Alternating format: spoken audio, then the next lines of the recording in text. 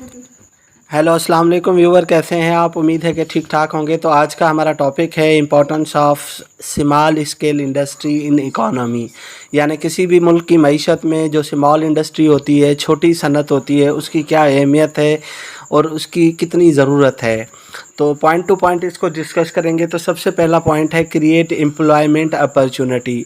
यानी जो जो छोटी सनत होती है वो मुल्क में क्या करती है, जो है वो एम्प्लॉय अपॉर्चुनिटीज़ पैदा करती है, यानी नौकरियां पैदा करती है। मिसाल के तौर पर अगर हम इसकी एग्जांपल दें, जैसे एक छोटी गारमेंट्स कंपनी है, उसमें क्या होता है कि उसमें जो है वो नौकरियां पैदा होती हैं। यानी जितनी हमारे पास छोटी छोटी गारमेंट्स मशीनरी होगी, उतनी तादाद में हम जो है वो लेबर हायर करेंगे।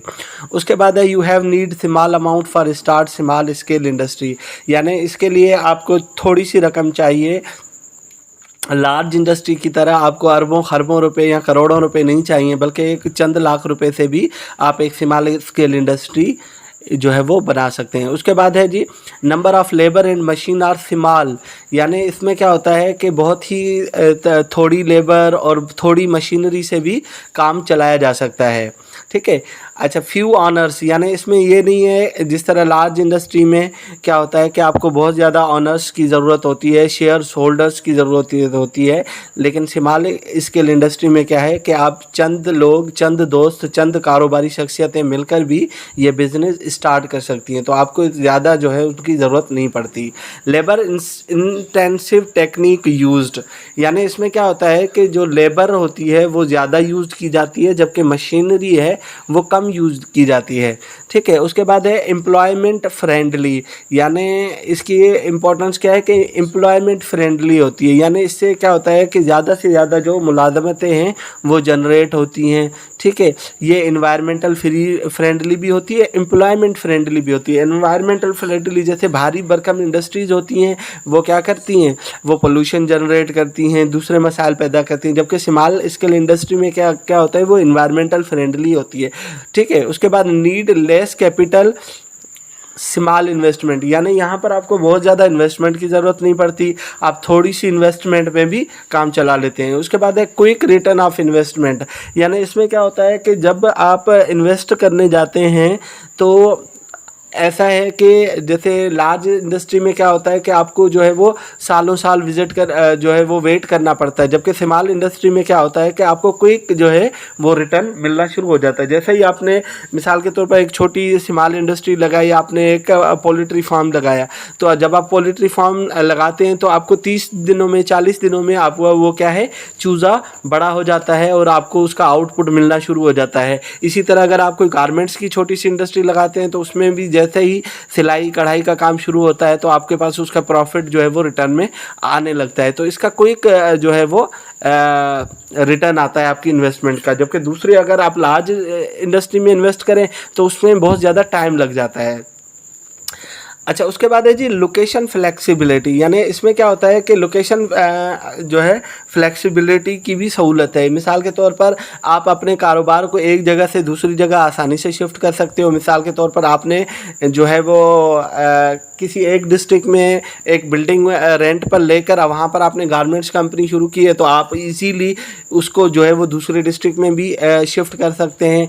ठीक है। इसमें आपके ज़्यादा अखराजात नहीं आते, आप आराम से मशीनरी को एक जगह से दूसरी जगह शिफ्ट कर सकते हैं। उसके बाद है equality oriented balance of regional growth and development. इसमें कि ये जो है इंडस्ट्रियल ग्रोथ और डेवलपमेंट को इक्वल करने में भी बड़ा अहम किरदार अदा करती है। सोशल बेनिफिट्स ऑफ पब्लिक, यानी इसमें क्या होता है, जो आवाम का भी जो है वो बेनिफिट होता है, बहुत सारे लोगों को रोज़गार मिलता है। रोज़गार मिलने से उनकी जो है वो लाइफ का जो सर्किल है वो चलता है, वो अच्छे तरीके से अपने बच्चों को पढ़ा सकते हैं। ठीक है। जो ग्रॉसरी है ख़रीद कर सकते हैं। तो इसमें क्या होता है कि सोशल बेनिफिट भी होता है। उसके बाद है जी कंट्रीब्यूशन टू इंडस्ट्रियल डेवलपमेंट। यानी जो नेशनल इंडस्ट्रियल डेवलपमेंट में भी स्मॉल इंडस्ट्री का बहुत बड़ा रोल होता है क्या है। ठीक है। Contribution to GDP and national income. यानी जो स्मॉल इंडस्ट्री होती है उसका पर कैपिटा इनकम में भी बड़ा अहम किरदार होता है, आपकी स्टैंडर्ड ऑफ लिविंग को भी इम्प्रूव करता है, आपकी जो नेशनल इनकम है, पर कैपिटा इनकम है उसको बढ़ाता है, आपकी जीडीपी को बढ़ाता है, आपकी जीएनपी को बढ़ाता है। तो स्मॉल जो स्केल इंडस्ट्री है इसमें बड़ा अहम किरदार अदा करती है।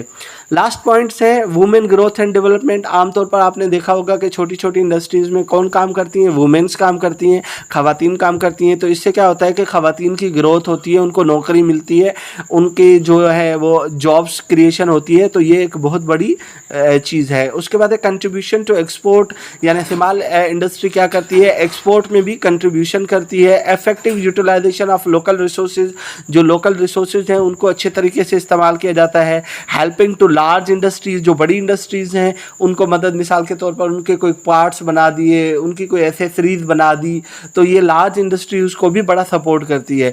Less pressure of population on agriculture, यानी कि तमाम के वैसे क्या होता है कि तमाम के तमाम जो लोग हैं वो एग्रीकल्चर पे डिपेंडेड होते हैं, लेकिन अगर स्मॉल इंडस्ट्री आ जाती है तो कुछ लोग जो है वो स्मॉल इंडस्ट्री में आ जाते हैं, तो इससे एग्रीकल्चर पे जो प्रेशर होता है वो काफ़ी जो है वो हट जाता है। हेल्पिंग इन इम्पोर्ट सब्स्टिट्यूशंस, यानी जो हम इंपोर्ट वगैरह करते हैं उसके बिल्स वगैरह आते हैं तो उसकी अदायगियों में भी आसानी होती है। कस्टमाइज्ड प्रोडक्ट, जो कस्टमाइज्ड हैं हमारी जो लोकल प्रोडक्ट्स हैं उनकी भी वो होती है। उसके बाद फैसिलिटेट टू बिजनेसमैन्स, यानी इससे जो छोटे व्यापारी हैं, जो छोटे कारोबारी शख्सियत हैं, उनको बड़ी जो है वो आसानी पैदा होती है।